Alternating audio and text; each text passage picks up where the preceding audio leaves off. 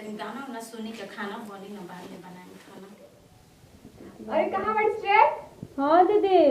मर गई क्या नहीं है? ना दीदी बस ऐसे थोड़ी पैर में दर्द रहते थे तब बैठा रहनी है। क्या करते रहते?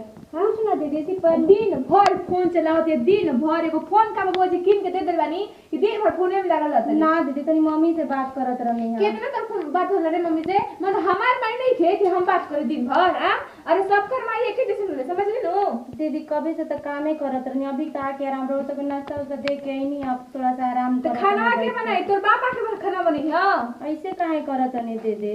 कैसे बनाई कैसे करतन? कितना ते जवान ले रहता रे। एक तो ना दान ना दे रे, तो भिख मांगी घर के उठा के बैठा देने अपने घर में।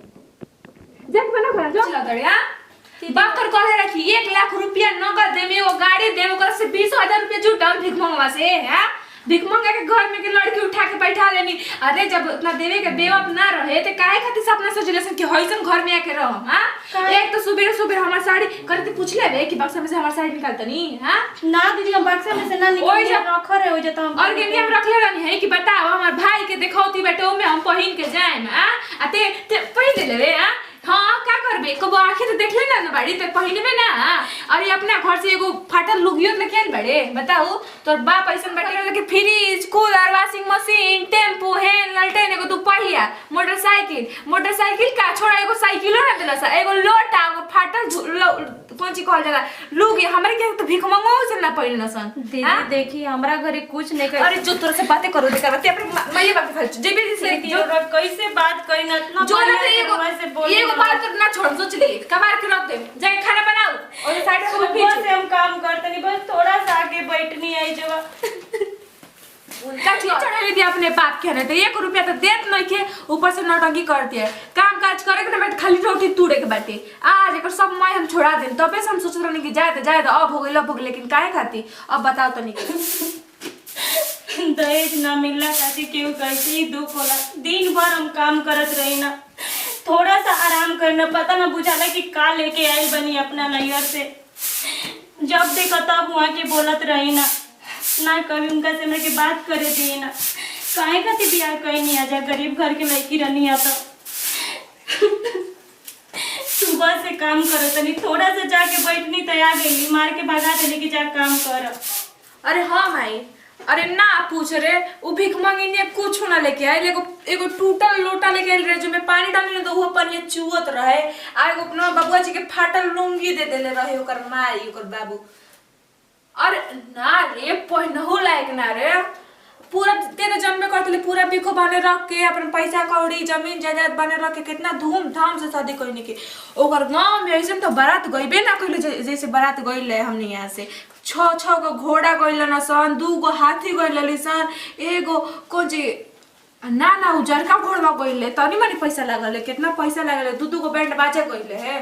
हाँ जाते एक तो क्रिया कर्म ऐसे करम देखो तनी के टाइम देले नहीं पैसा लेके एकरा कैसे कुछ करम न खत्म करम कर बाद से दूसरा शादी बियाह करम देवर जी जैसे इतना लगो जो और लग जाए। दीदी देखी ना अच्छा ठीक है मैं रखो तनी दीदी बहुत पेट दर्द करता है दवाई मंगा देना दे हइचे में मैं धइल बेटे तोरा के हां पेटवा में दर्द होता देते दवाई कितना नौटंकी करतले हम नहीं जानते मन दीदी हम नौटंकी नहीं की करत बात समझी देख कौन बोल समझ ली नो हेते चपर ना बोल जाला सुबह से पेट में दर्द बा दीदी इतना भी जुलुम ना करे के चाहिए कि रो मान तनी के ओ ये दादा हेकरा पर जुलुम करता नहीं करे तोरा के हम का कहिए रे तोरा के मन नहीं है कि तोरा के पीटे नहीं है कि गरिया ही नहीं है बताई बे बिल्कुल कभी बोली ना दीदी आपसे कैसे दिखा बाप रे बाप होई बताओ हो अरे क्यों सुनी त का कह कि सही में जुलुम करत तबे न कहतिया।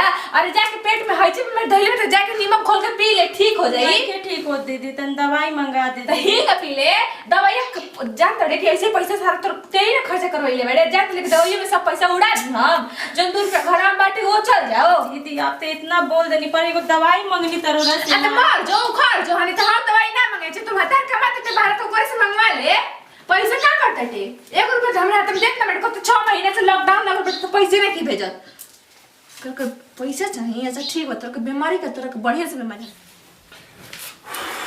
ओ कहां बढ़ लो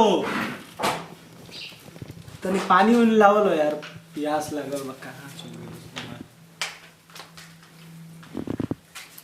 गई ली बिस्लरी के पानी पी ली। अरे कौन सी बोला किनली हटे नु गिलास उलास नहीं ए के जी एगो बात बताई, इतना पैसा कौड़ी लाग गइल हटे छोटकी के शादी में ओकर बाप जितना कहले रह ना, अरे हम मानतनी कि गरीब के बेटी उठावल जाला, लेकिन गरीब के बेटी को उठेले के मतलब तू जितना तय करले वाला उतना भूला जीबा। हां बताई, हमारे सारा बिखो ओई में बांधे लग गइल, उनकर शादी बियाह में 2 कट्ठा खेत वो बांधे रख देनी तो के हम तब का करी जाई के मार दी उनी के कहाइल तो हाँ, रबे कुछ करे नहीं के की दे जाना। दसन। सुनी। तो अब ना दिले सन त का करी अब हम? देखिए हमरे एगो प्रधान के बेटी बेटी नु, ओकर बाप तनी मनी का बिया, तनी एगो आंखें के कान बिया ना, लेकिन ओकर बाप 5 लाख देवे के तैयार बेटे, खाली लड़का अच्छा रहे छे। अब बाबू जी कितना स्मार्ट तो हइया है अपन। त बियाह होने के गइल ओकर, अब कई हली बियाह करेबू रहे दी उ कैसन हे भगवान, इनकर मतलब दिमागवा में खाली भूसे भरल बाटे। का? यही से कर पढ़ल लिखल अनपढ़ हो गइल बानी नहीं त का बोलल चाहत और साफ साफ बोलो ना का सब घुमावत कह रहो? तनी नु कि छोटकी ना रहे घर में, ओकरा के लाइन से अटैक पड़ी। कैसे लाइन से हटेबू? बस देखा जाए, लेकिन कुछ कोनो काम करम तो मैं बोलो मत बीच में, ठीक ना? केने बिया भैया सुतल है अपने रूम में। का कहल चाहत हो? साफ साफ बोलो तब नु समझ साफ साफ ये कह चाहता नीनू कि ओकरा के मुंह के पड़ी। मुआवे के पड़ी। हाँ। जेल हो जाई, मैं आदमी जेल में चल जाएंगे, मुआवे के पड़ी। पागल हो गलो का? अरे के जानता टी, इतना जेल, इतना लोग मरले, सबके जेले होला, इतना लोग आत्महत्या करले, सबके जेले होला। जेने जाते ने कोना कोना मुंह उठा के हेने देखता, ए पैसा द, ए पैसा द। जेने जाते ने एगो दूध वाला, पाव वाला, जोन बियाटा वाला, चाउर वाला, सब ए पैसा द, ए पैसा द। कहां से दी भाई? जब 2 रुपया हाथे में लेके तो कहां से पैसा दी? पैसा भेजत नहीं खेनु ओ 6 महीना से, अच्छा ही बताई, 6 महीना से कमाता नहीं। देखी एकरा से बतियाता नहीं फोन पे, हमरा तो बुझाता ई सब पैसा अपने नैहरे भेज देती है। हां 1 रुपया हाथ में आवत नहीं के, कौन पाठ ही पढ़ैले बेने तो हमरा तो कुछ नहीं के बुझा। फोन लगाई का ओकरा के? लाइन पूछी का कर देन, उनको कहां जाते भैया बने घरे? हां भैया केने बड़ो? हाँ का हो? आवो बैठो न तनी। चलो का हो तब बुआ? बैठो बैठो। कनी है नु? आराम से बालो लोग का हुस बोलो। अरे आराम का आराम से बनी जाए, आराम हराम हो गेल बेटे, पूछत नहीं का आराम हो। का पैसा मांगत सब कर्जा बाटे, दूध वाला के हे कर हो कर सबके देबही के बा पैसा। पैसा घरे 1 रुपया हइए नहीं के, उ बैठल बा इतना दिन से, एक चवन्नी नहीं के भेजत।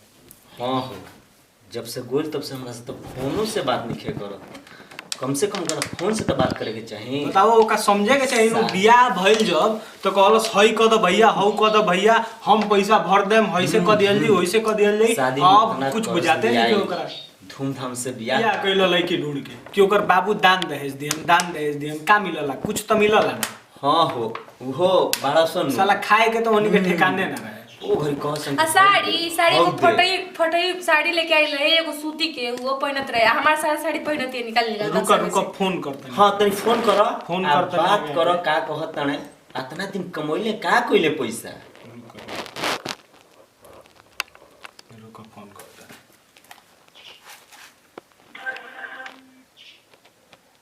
हेलो हेलो, कहाँ बड़ा हो? गोड़ लगतीन भैया। खुश रह। तू का यार में गजब नौटंकी कइले बड़ा। 6 महीना ले तार कोनो खबरे नहीं खे। एजा घर में आदमी कितना दिक्कत झेलता, तारा बुझाता कुछू? पैसा वैसा हइये नहीं के तारा भी तारा पैसा भेजे के चाहिए तो तू पैसा भेजत नहीं ख। बियाह शादी के कर्जा लगाइल बाटे। का हाल चाल बा सब? हाल चाल बहुत खराब बा। काहे नहीं तू पैसा वैसा भेजत यार? तू कहत रहलो अगर बियाह में कि भैया हई क दिया, भैया हौ क दिया, भैया हइसे बारात जाई, भैया हइसे बारात जाई। मैं हो गइला, अब कर्जा भरे के बेरी भाग गेलो। तब तो कहनी के कि जाय दी 2 कुत्ता दौड़ा देवल जाता, कहते ना कि ना हमरा 6 गो घोड़े में दौड़ावल जाए हमर शादी में। ये क्या भौजी बोलते रही होनी ले? बोलिहन ना त का करल जाऊ? का कइल जाऊ? जे आवता सब पैसे मांगता, कहाँ ले लाई के पैसा दियल जाऊ? बेच दी घर जमीन। ते मर्दे तो घरी कमा के कुल पैसा लगौनी ना हो घर दुआर में। तो घर दुआर में लगौलो अब का करी? हई जौन बियाह में तार कर्जा भइल बा, उ कहाँ ले बरई? तो हई का कहल जाला, वो घरी तो पैसा गाड़ी पर चलत रह, तू कह के पेट्रोल भरवा दो, गाड़ी किन के दे दो। अब का हो गइल, पैसा मांगे लगलो? बोली निकले लाल बेटे। तो हई तार बियाह के कर्जा के भरी? हम भरम? कर्जा तू भरब? हम काहे के भरी भाई? तार बियाह भइल हम कर्जा भरी?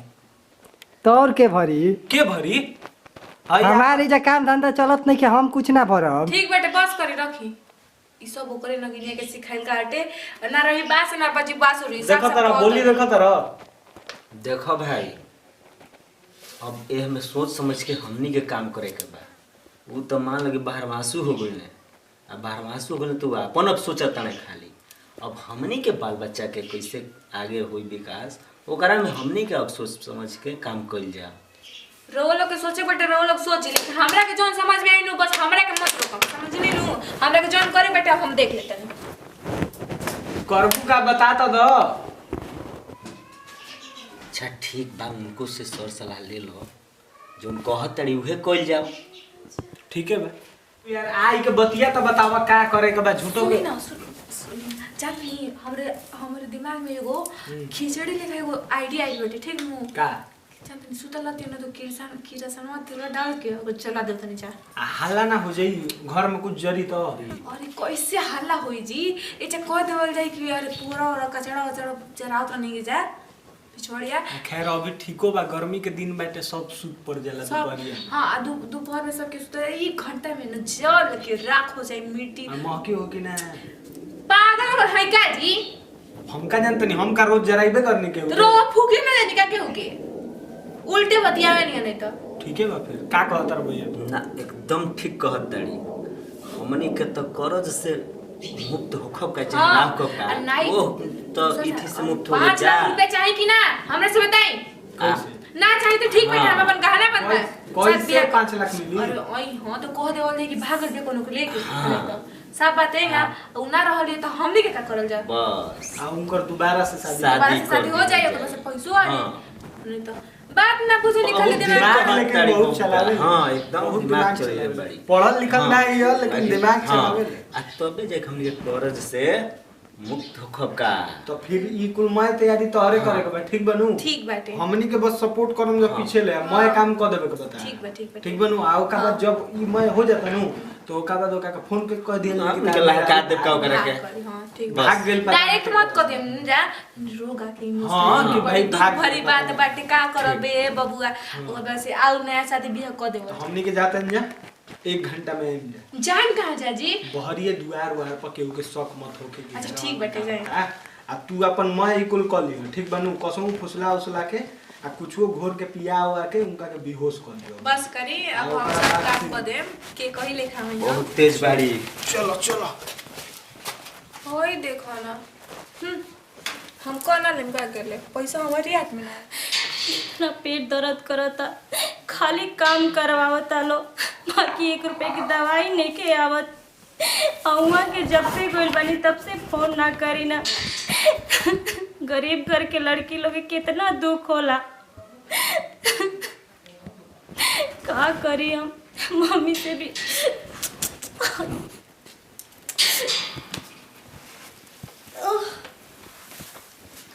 बाप रे हे भगवान।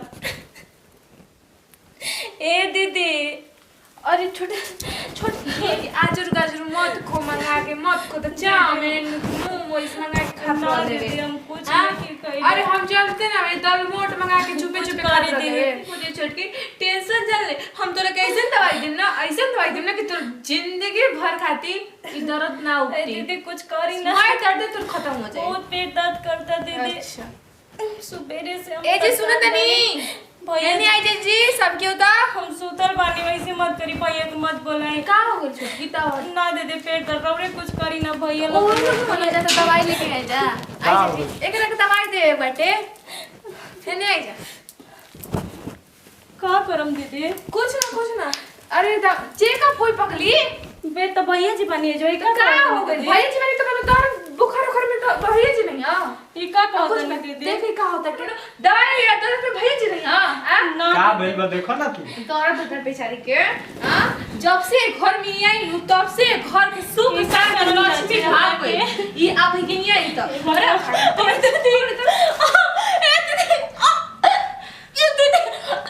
मोर चली बेटा भिखारी घर से भीख मांग मोर रे कौन चकी क्या खोल पी के मोरता ना भी बताओ तो नहीं तो ये जी चालीस के से नोट माने के नहीं जी ओइ मेरे ओइ रूम में रखेवानी हो गई बड़ी हत्ते कोई ले ठीक लावा लावा जल्दी लावा जल्दी हम सारा तो न मारोई हां हां बोलो चारू ओर पूरा छीट दे